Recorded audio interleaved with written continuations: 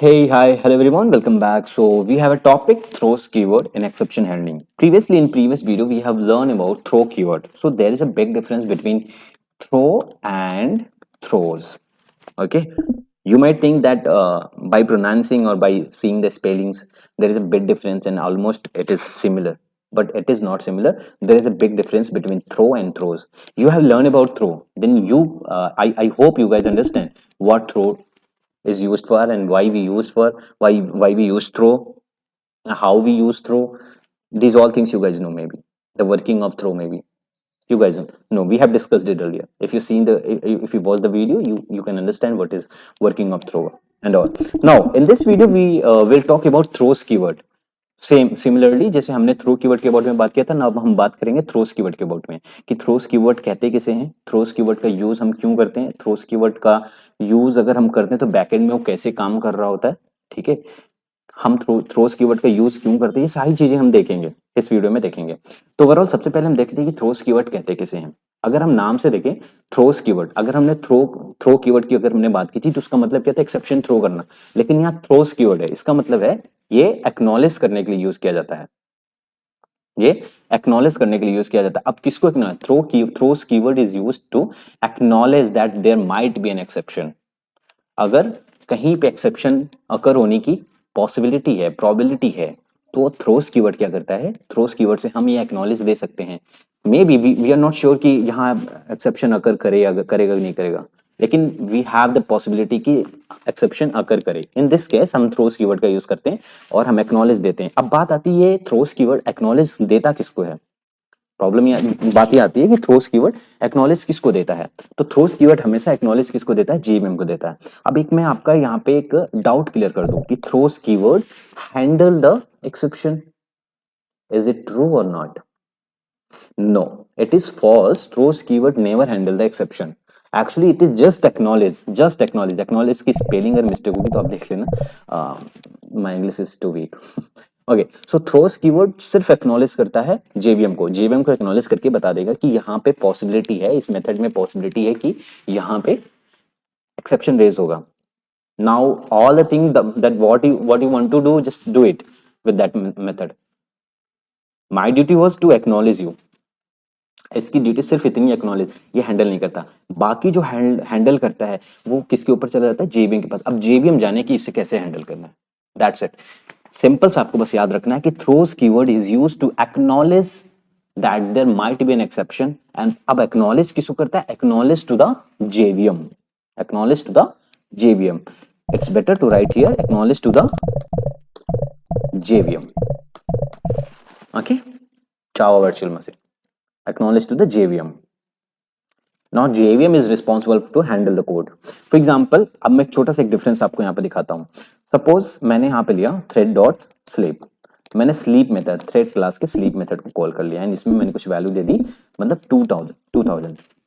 2000 ms, this is nothing but 2 second. ठीक है, ये क्या है, मिली सेकेंड वैल्यू है। मैंने 2000 मिली सेकेंड की वैल्यू दे दी, मीन्स टू सेकेंड, मतलब 2 सेकेंड के लिए मैंने अपना सिस्टम को स्लीप मोड में डाल दिया। किसको, इस थ्रेड को, किस थ्रेड को, मेन थ्रेड को। अब ये थ्रेड क्या है, ये मल्टी थ्रेडिंग में हमें समझ में आएगा, अभी नहीं। थ्रेड क्या है, मल्टी थ्रेडिंग में हम समझेंगे। फिलहाल के लिए इस मेन थ्रेड को मैंने बता दिया कि ये मेन थ्रेड क्या है, ये 2 सेकेंड के लिए स्लीप मोड में है। अब जब ये स्लीप मोड में है तो ये might be there is a chance कि कोई और थ्रेड इसके ऊपर आ जाए, इसके पास आ जाए, क्लास टेस्ट में कोई और थ्रेड आ जाए इस पे काम करने के लिए, है ना। तो ये किस में है, ये स्लीप मोड में। अब स्लीप मोड में आ गया तो कोई और मेथड आ गया, कोई और थ्रेड आ गया अगर, तो ये इंटरप्ट हो जाएगा। स्लीप मोड में मतलब उसको जगाया आपने तो ये इंटरप्ट हो जाएगा। तो यहाँ पे कौन सा एक्सेप्शन रेज होगा, इंटरप्टेड एक्सेप्शन, इंटरप्टेड एक्सेप्शन। ठीक है, यहाँ कौन सा एक्सेप्शन रेज होगा, इंटरप्टेड एक्सेप्शन। क्यों, क्योंकि यहाँ पे इंटरप्ट हो रहा है। क्यों, क्योंकि ये स्लीप मोड में है। अब might be there is a chance कि कोई और थ्रेड आए और यहाँ पे इसे इंटरप्ट करे, तो यहाँ पे इंटरप्टेड एक्सेप्शन है। अब one more thing to remember, interrupted exception is a checked exception. अब मैं इसे जब एग्जीक्यूट करूंगा, now let me show you just one thing, javac test dot Java. अब आप देखो यहाँ पे कंपाइल टाइम एरर मिला, there is an error unreported exception, interrupted exception must be caught or declared to be thrown. अब इस exception को मुझे हैंडल करने के लिए मेरे पास दो तरीके हैं। इस एक्सेप्शन को हैंडल करने के लिए मेरे पास दो तरीके हैं। फर्स्ट, तरीका हमारे पास है ट्राई ब्लॉक का। हमने इसको क्या कर दिया, ट्राई ब्लॉक के अंदर रख दिया और एक कैच ब्लॉक बना दिया, एसोसिएटेड कैच ब्लॉक बना दिया। उसके अंदर मैंने एक इंटरप्टेड एक्सेप्शन का इंस्टांस बना के रख दिया, समथिंग कुछ भी रख दिया ऐसे। ओके, अब मैं इसे एग्जीक्यूट करूंगा, there will not be any error, hope so. test.java, let's see, there is no error, there is no compile time error, you can see the code is compiled successfully, right? अब ये तो पहला तरीका था। And what if you don't want to use try and catch, will talk about कि हमें try catch use करना चाहिए कि नहीं करना चाहिए। अब अगर आपको ट्राई कैच यूज नहीं करना है, then what, in this case what will you do, आप क्या करोगे, आप इस थ्रेड को बता दोगे कि एक्नॉलेज कर दोगे कि ये वाला जो थ्रेड है, ये जो मेन थ्रेड है, ये मेथड है, ये थ्रेड क्या है, इंटरप्टेड एक्सेप्शन जनरेट कर सकता है। इंटरप्टेड एक्सेप्शन जनरेट कर सकता है। तो मैंने यहां पे क्या किया, थ्रोज इंटरप्टेड एक्सेप्शन मैंने बता दिया। यहां मैं हैंडल नहीं कर रहा हूं थ्रोज कीवर्ड की हेल्प से, मैं थ्रोज कीवर्ड की हेल्प से ये बता दिया किसको, जेवीएम को, कि इस मेन मेथड में there might be an exception, और वो एक्सेप्शन कौन है, इंटरप्टेड एक्सेप्शन। अब आप देखो, मैं इसे फिर से एग्जीक्यूट करता हूं, test.java, there will not be any compile time error, it will compile successfully, and ये हैंडल हो चुका है, ये हैंडल हो चुका है। कौन हैंडल किया है, जेवीएम हैंडल किया, थ्रोस कीवर्ड ने हैंडल नहीं किया। थ्रोस कीवर्ड का काम सिर्फ इतना था कि एक्नॉलेज कर दिया किसको, जेवीएम को, कि there might be an interrupted exception where in main thread. तो इससे हमें क्या पता चला कि थ्रोस कीवर्ड का काम क्या होता है, सिर्फ और सिर्फ एक्नॉलेज करना। अब उस एक्सेप्शन को, कौन सी एक्सेप्शन यहाँ पे रेज हुई थी, इंटरप्टेड एक्सेप्शन रेज हुई थी। अब इस इंटरप्टेड एक्सेप्शन को हैंडल कौन करेगा, जेवीएम करेगा। एंड दूसरी बात ये पता चली कि हम थ्रोस कीवर्ड का यूज कहां करते हैं, ऑलवेज थ्रेड के पास या फिर ऑलवेज मेथड्स के पास। सपोज अगर मैं एक मेथड और यहाँ पे बनाता हूं, public wide something, public wide my method something, method name, मैंने यहां मेथड बनाया। इसके अंदर मुझे अगर लग रहा है पॉसिबिलिटी है, if possibility is there to occur exception, अगर पॉसिबिलिटी है टू अकर एक्सेप्शन, तो मुझे इस मेथड के पास थ्रोस कीवर्ड यूज करके एक्नॉलेज करना पड़ेगा कि यहां पे एक्सेप्शन रेज हो सकता है, समथिंग, कोई भी एक्सेप्शन। मैंने यहां पे सिंपल एक्सेप्शन दे दिया, दैट्स इट। अब इसके अंदर एक्सेप्शन है तो वो हैंडल हो जाएगा। कौन हैंडल करेगा, जेवीएम हैंडल करेगा। अगर एक्सेप्शन नहीं है तो कोई प्रॉब्लम नहीं, फ्लो ऑफ प्रोग्राम ऐसे ही रन होता रहेगा। ओके, फ्लो प्रोग्राम ऐसे एग्जीक्यूट होता रहेगा। Now let's go through the notes what we have. Okay, the throws keyword is used in Java to declare that a method may throw one or more type of exceptions. क्या used to declare, use in Java, used in Java to declare that a method, ये चीज point करो, ये method. क्यों, क्योंकि throws keyword हमेशा method के पास use करोगे आप। that a method may throw one or more type of exception. This is necessary when a method may generate exceptions, but it does not handle them directly. आप देखो, it does not handle them directly. It actually acknowledge to the JVM, and all the responsibility goes to the JVM. All responsibility goes to the JVM. That you handle it or not, it is your responsibility. I'm not the one. My duty was just to acknowledge you. I just acknowledged you. So throws keyword का काम क्या है, सिर्फ acknowledge करना किसको, JVM को, कि there might be a exception, you need to handle this if exception occurs, otherwise flow program same उसी फ्लो में एग्जीक्यूट होगा, रन करेगा। ठीक, अब कुछ चीजें, हम कुछ केसेस देखेंगे जो चीजें थ्रोस कीवर्ड को लेके क्लियर करेंगे। ठीक है, ओके। बिफोर दैट हमने यहाँ पे दो तरीके देखे। हमने जब देखा कि एक्सेप्शन अगर अकर किया तो उसको हैंडल करने के दो तरीके देखे। First way is try and catch, and this is recommended way, recommended way. Recommended क्यों है? ये रिकमेंडेड इसलिए है कि ट्राई कैच में we are the responsible to handle the code. ठीक है, हमने रिस्पॉन्सिबिलिटी अपने ऊपर ली, जेबीएम के ऊपर नहीं, क्योंकि कोड हम कर रहे हैं तो हमारी रिस्पॉन्सिबिलिटी बनती है कि जो एक्सेप्शन रेज हुआ है उसको हम हैंडल करें। ठीक है, सो वे वन था using try and catch, and the way two था यूजिंग थ्रोस कीवर्ड। अब throws keyword is not recommended. ठीक है, आप थ्रोस ट्राई एंड कैच, अगर कहीं एक्सेप्शन की प्रोबेबिलिटी बन रही है तो आप ट्राई करो, जितना कोशिश करो कि ट्राई एंड कैच ब्लॉक का यूज करके उस एक्सेप्शन को हैंडल करो। अगर आप थ्रोस कीवर्ड का यूज करके एक्सेप्शन को हैंडल करो, यहां जहां आपके पास बहुत कम चांसेस हैं कि यहां एक्सेप्शन रेज हो सकता है, there you can use throws keyword. ठीक है, क्यों throws keyword is not recommended? Reason is throws keyword is not recommended because throws keyword does not handle the code, does not handle the exception, sorry, does not handle the exception, but it just acknowledge to the JVM and all responsibility goes to the JVM. It is handle or not, you are going to handle or not, I don't care. So throws keyword is not recommended. क्यों? क्योंकि सारी responsibility JVM पे डाल देगा। Now code हम कर रहे हैं और रिस्पॉन्सिबिलिटी जा रही है जेवीएम पे, तो this is why throws keyword throws keyword is not recommended. Using throws and using try and catch both are used to handle the exception, but using try and catch we are the responsible to handle the exception, but using throws keyword JVM is the responsible to the handling and to handle the exception, right? Okay, so अब हम कुछ example लेते हैं जो throws keyword के concept को थोड़ा सा और क्लियर करेगा। तो मैं एक एग्जांपल यहाँ पे लेता हूँ। अपने आ जाते हैं टेस्ट डॉट जावा में आ जाते हैं, एंड देन यहाँ पे मेन मेथड के अंदर, सॉरी क्लास टेस्ट के अंदर एक और मेथड बनाते हैं, public static void do stuff name से एक मेथड बनाते हैं। ठीक है, अब डू स्टफ नेम से हमने एक मेथड बनाए, एक और मेथड हम बनाते हैं public static void and do more stuff name से एक मेथड हमने बना लिया। ठीक है, ओके फाइन। अब हमें प्रोबेबिलिटी ये है कि इसके अंदर कोई एक्सेप्शन रेज हो सकता है। ठीक है, तो मैं यहाँ पे थ्रोस कीवर्ड यूज कर लेता हूँ। सपोज मैंने इसके अंदर एक्सेप्शन रेज कर दी थ्रेड डॉट स्लीप कर दी हमने, जो कि क्या है, एक इंटरप्टेड एक्सेप्शन है। ये क्या है, एक इंटरप्टेड एक्सेप्शन है, तो यहाँ पे कर दूंगा मैं इंटरप्टेड एक्सेप्शन को थ्रो कर दूंगा एंड हैंड ओवर कर दूंगा जेवीएम को कि आप इसे हैंडल करो। ठीक है, okay, now if I execute this code it will execute successfully. ठीक है, let me show you java c test dot java। ठीक है, कंपाइल हो गया, सक्सेसफुली कंपाइल हो गया। क्यों कंपाइल हो गया? कि हमेशा जो है हमारा कंट्रोल सबसे पहले मेन मेथड के पास आएगा। अब मेन मेथड के पास आया, इसमें कुछ मिला ही नहीं हमें, कोई भी एबनॉर्मल एक्टिविटी नहीं मिली, कोई भी नॉर्मल एक्टिविटी भी नहीं मिली, तो ये सक्सेसफुली कंपाइल हो गया, कोई प्रॉब्लम नहीं है। ठीक है, अभी तक ये डू मोर स्टफ कॉल नहीं हुआ था। अब जब कॉल नहीं हुआ तो एग्जीक्यूट नहीं हुआ। ओके, अब सीन क्या है, सपोज क्या हुआ, हमने यहाँ से डू स्टफ को कॉल कर दिया, और यहाँ पे हमने क्या किया, डू मोर स्टफ को कॉल कर दिया।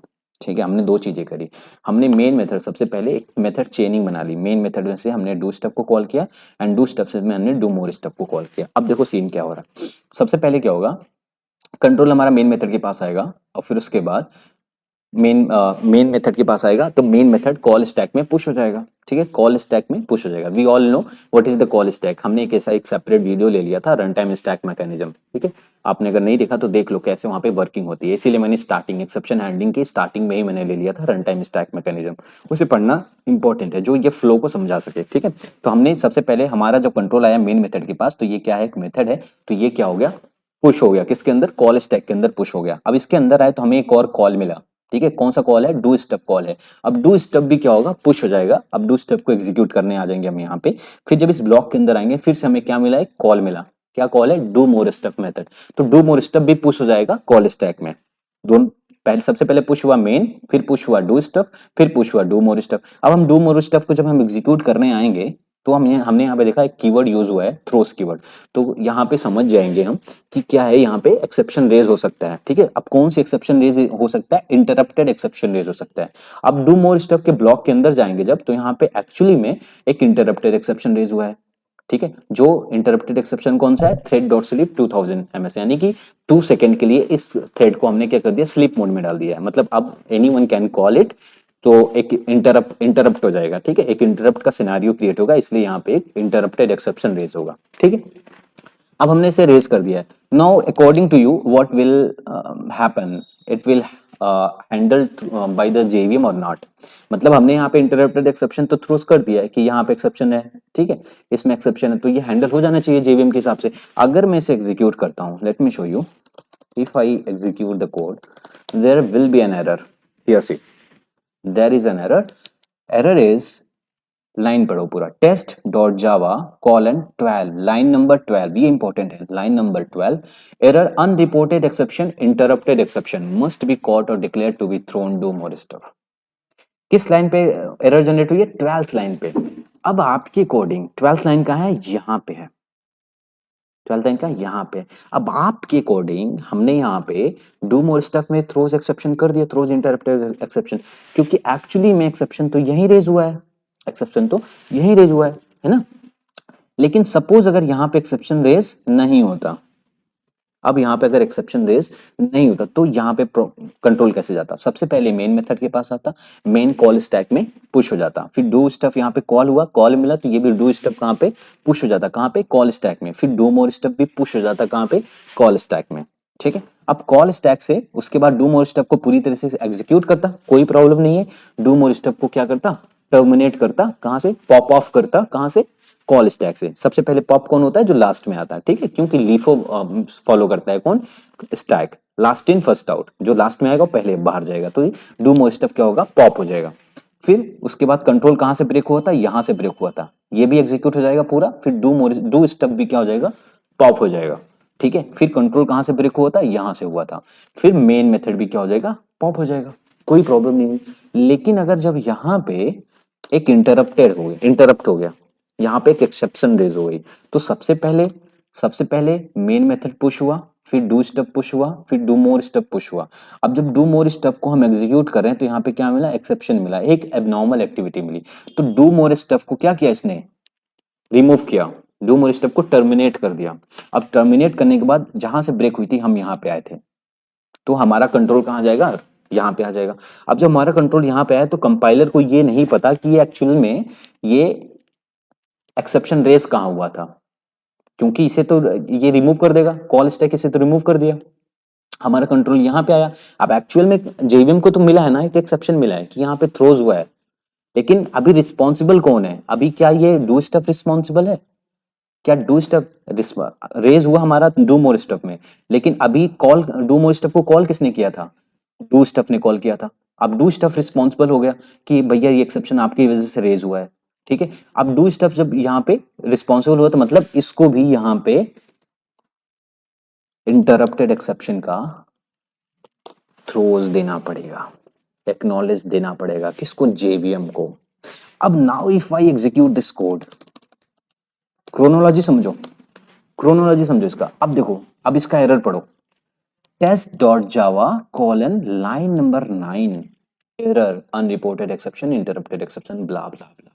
लेकिन लाइन नंबर 9 पे, पिछली बार कहां था? लाइन नंबर 12 पे था। Now this time line number 9 here. अब क्या हुआ? सबसे पहले पुश हुआ, मेन पुश हुआ, फिर डू स्टफ पुश हुआ, फिर उसके बाद डू मोर स्टफ पुश हुआ। अब डू मोर स्टफ को जब एग्जीक्यूट करा हमने तो यहाँ पे थ्रेड डॉट स्लिप मिला, जो क्या एक्सेप्शन है। अब एक्सेप्शन है तो यहाँ पे थ्रोज हमने कर दिया, इंटरप्टेड एक्सेप्शन। जेवीएम को पता चल गया कि ये क्या है? इंटरप्टेड एक्सेप्शन है, उसने इसको हैंडल कर लिया, अपने हिसाब से हैंडल कर लिया है। लेकिन फिर बाद में जेवीएम को पता चला कि डू मोर स्टफ को किसने कॉल किया था? डू स्टफ ने कॉल किया। तो एक्चुअल रिस्पॉन्सिबल कौन है? डू स्टफ है, डू स्टफ है, तो डू स्टफ में भी हमने क्या कर दिया? थ्रोज इंटरप्टेड एक्सेप्शन कर दिया। फिर जब यहां से डू स्टफ को पॉप ऑफ करेगा कॉल स्टैक, तो फिर उसके बाद बारी किसकी आएगी? मेन मेथड को पॉप ऑफ करने की। तो बाद में जेवीएम को पता चलेगा कि डू स्टफ कहां से कॉल हुआ था? मेन मेथड से कॉल हुआ था। अब मेन मेथड से अगर कॉल हुआ था तो मेन मेथड की पूरी पूरी रिस्पॉन्सिबिलिटी बन जाती है कि आपको थ्रोज एक्नॉलेज देना है मुझे। ये सारी रिस्पॉन्सिबिलिटी आपकी कि आपको भी मुझे एक्नॉलेज देना है कि there is an interrupted exception while I am calling to do stuff. Then do stuff को भी बोलेगा there might be an interrupted exception while I calling to do more stuff. I am do more stuff, तो interrupted exception raise कर ही रहा है thread dot sleep. Now if I execute the code javac test dot java, there is no any error, the code is compiled successfully. You can see over here the code is compiled successfully, there is no error. Now see the importance of call stack. If you didn't watch the video about runtime stack mechanism and call stack mechanism, तो please exception handling के starting की video आप देख लो कि call stack mechanism कैसे work करता है। Suppose suppose ये प्रॉब्लम यहां होती, ये इसको हम ऐसे रख ले रहे हैं या okay over, let it be okay. Problem यहाँ पे क्लियर हो गई, यही थी कैसे थ्रोस कीवर्ड का हमें यूज करना है कि जब हम कॉल मेथड चेनिंग यूज करते हैं। तो मेथड चेनिंग अगर आप यूज कर रहे हो और जिसमें भी प्रॉब्लम जनरेट हो रही है तो आपको वो एक्सेप्शन रेस थ्रो करनी पड़ेगी सब में, जहां से मेथड कॉल है, जहां से कॉल स्टैक में एंट्री होनी शुरू हुई, आपको सब में वो एक्सेप्शन को थ्रो करना पड़ेगा, जैसे कि हमने यहाँ पे किया। ठीक है ओके अब कुछ हम इंपॉर्टेंट केसेस देखेंगे थ्रोस कीवर्ड कॉन्सेप्ट को, जो थ्रोस कीवर्ड के कॉन्सेप्ट को क्लियर करेगा थोड़ा सा। तो केस वन है where to use throws keyword. Throws keyword हम कहाँ यूज करते हैं, तो जैसे कि मैंने आपको पहले बताया कि थ्रोस कीवर्ड हमेशा आपको मेथड्स के साथ यूज करना है। मेथड्स के अलावा थ्रोस कीवर्ड आप कहीं भी नहीं यूज कर सकते। इसका मतलब ये नहीं कि आप क्लास के सामने यूज कर लो, class test throws something exception, आप जेवीएम को एक्नॉलेज कर दो कि इस क्लास में ही एक्सेप्शन रेज हो सकता है, ऐसा कुछ नहीं है। आप क्लास के साथ नहीं यूज कर सकते, only with methods you can use throws keyword. One more thing is you can use throws keyword with constructor also. So constructor अगर आपने पढ़ा होगा स्टार्टिंग में, तो constructor is a special type of method. ये भी क्या एक मेथड है, तो आप कंस्ट्रक्टर्स के साथ भी थ्रोस कीवर्ड आप यूज कर सकते हो, no problem in this. Okay so there is an simple small example, I don't think so I need to explain all this thing, you guys have learned all these things. Yeah. Okay, case number 2, throws keyword applied only for the throwable class. Now this thing is explainable and I need to explain this thing. Okay, इसका मतलब क्या हुआ, suppose there is in class test exception something या my exception something, my exception, there is a class name is my exception, अपना खुद का कोई exception है। अब मैं इसे क्या करूं, यहाँ पे इसे थ्रो कर रहा हूँ, थ्रोज माई एक्सेप्शन थ्रो किया। तो अब क्या होगा, अब मैं इसे अगर एग्जीक्यूट करूंगा तो यहाँ पे मुझे कंपाइल टाइम एरर देखने को मिलेगा। क्या कंपाइल टाइम एरर देखने को मिलेगा, error incompatible type, my exception can not be converted to throw, my exception can not be converted to throwable. अब now earlier if you have learn about the exception hierarchy, then you can see over there that कि throwable को इस जितने भी exception है throwable से directly या indirectly inherit हो रहे हैं। जितने भी चेक्ड अनचेक्ड एक्सेप्शन है, एरर है, वो सारे के सारे इनहेरिट हो रहे हैं किससे, थ्रोएबल से। टॉप पे ऑब्जेक्ट था, ऑब्जेक्ट से इनहेरिट होकर थ्रोएबल बन रहा था एंड थ्रोएबल से इनहेरिट होकर एक्सेप्शन एंड एरर बन रहे थे। ठीक है, तो सारे exception and error are directly और indirectly inherited by throwable class. अब ये माई एक्सेप्शन जो हमारा है ये थ्रोएबल है नहीं। अब एक्चुअल में यहाँ पे क्या हो रहा है, एक्चुअल में जब हमारा कंट्रोल मेन मेथड के पास आएगा, अब यहाँ पे कीवर्ड मिला, ठीक है, कंपाइलर को कीवर्ड मिला थ्रोज, अब ये समझ जाएगा कि ये कुछ थ्रो करना चाहता है, जेवीएम को एक्नॉलेज करना चाहता है। अब जेवीएम को क्या एक्नॉलेज कर रहा है कि मेन मेथड में एक एक्सेप्शन अकर कर सकती है, वो एक्सेप्शन किस टाइप का है, माई एक्सेप्शन। अब जब जेवीएम चेक करेगा कि there is no any exception in my memory, my exception name से कोई भी एक्सेप्शन नहीं है मेरी मेमोरी में, है ना, इनबिल्ट एक्सेप्शन में है ही नहीं, ऐसा मैंने कोई एक्सेप्शन है नहीं मेरे स्टोरेज में, कहीं देखूं मैं खंगालेगा मिलेगा नहीं मैं एक्सेप्शन, तो यहाँ पे मिलेगा, मैं एरर मिलेगा। नाउ व्हाट इफ, ये केस नंबर 2 था, लेकिन व्हाट इफ अगर मुझे थ्रोज करना है, कस्टमाइज एक्सेप्शन को थ्रोज करना है, तो हम क्या करेंगे, एक्सटेंस इसको पहले हम थ्रोएबल बना लेंगे, इस क्लास को हम क्या करेंगे, थ्रोएबल बना लेंगे। ठीक है, या किसी टाइप का एक्सेप्शन बना लेंगे, तो एक्सटेंस करके अब मैं यहाँ पे या तो थ्रोएबल को करूं, ठीक है, या तो मैं एक्सेप्शन को करूं, या तो मैं किसी किसी भी रन टाइम या किसी चेक्ड एक्सेप्शन को करूं, सपोज इंटरप्टेड एक्सेप्शन, मैंने इंटरप्टेड एक्सेप्शन को कर लिया, ठीक है, मैंने कर लिया। तो अब ये क्या है, ये मतलब कि हमारा जो माई एक्सेप्शन है ये किस टाइप का एक्सेप्शन बन गया है, ये बन गया है चेक्ड एक्सेप्शन बन गया है, एक चेक्ड एक्सेप्शन बन गया है। ओके, तो ये चीज आपको ध्यान रखनी है। सपोज अगर आपने इसे रन टाइम एक्सेप्शन बना लिया, आपने इसे रन टाइम एक्सेप्शन बना लिया, तो ये कौन सा एक्सेप्शन बन गया, अनचेक्ड एक्सेप्शन बन गया। सपोज आपने इसे एक्सेप्शन बना लिया, एक्सेप्शन को एक्सटेंड कर लिया, तो ये कौन सा एक्सेप्शन बन गया, चेक्ड एक्सेप्शन बन गया। अभी भी ये कौन सा चेक्ड एक्सेप्शन है। अगर आपने इसे थ्रोएबल बना लिया, तो ये भी कौन सा एक्सेप्शन है, चेक्ड एक्सेप्शन है। Now if you execute this code, now there will not be any compile time error. See no compile time error is there. No compile time error. See, because we made our my exception, customized exception as throwable. हमने inherit कर लिया, directly inherit कर लिया किसको, throwable को. मतलब ये क्या है, अब जब जेवीएम को मिलेगा कि जेवीएम को एक्नॉलेज होगा क्या मेन थ्रेड में एक माई एक्सेप्शन नेम का कोई एक्सेप्शन रेज होने वाला है, तो जेवीएम क्या करेगा, चेक करेगा क्या है क्या. तो पहले क्लास के पास जाएगा, क्लास को देखेगा क्या माई एक्सेप्शन नाम का है क्लास. ओके, ये एक्सटेंस हो रहा है, कहाँ से एक्सटेंस हो रहा है, थ्रोएबल से एक्सटेंस हो रहा है. मतलब ये जो एक्सेप्शन है, ये एक्सेप्शन किस टाइप का है, चेक्ड एक्सेप्शन है जो कि थ्रोएबल को इनहेरिट, थ्रोएबल की प्रॉपर्टी को इनहेरिट कर रहा है. तो ऑफ कोर्स ये इस थ्रोएबल नाम की हमारे पास एक तिजोरी है, हमारे स्टोरेज में थ्रोएबल नाम का एक एक्सेप्शन है. ओके, तो यहाँ पे ये वैलिड है. Okay, now let's see the another cases. Case 3 is there. Okay, I have already covered this. If in our program any chance of checked exception, then compile time error will occurs. Yeah, we have covered this earlier. Okay. Example 2, this is not important. Case number 4, let me check if this is important or not. We have covered it or not covered it. Unchecked exception, compiler will not check the exception as right or not. No compile time error because unchecked exception. No problem in this, we have covered this earlier. I don't think so कि हमने ये क्यों रखा अपने notes में. I will modify this note and then provide you, right? Okay, I don't think so there is any important case for exception for throws keyword. Yeah,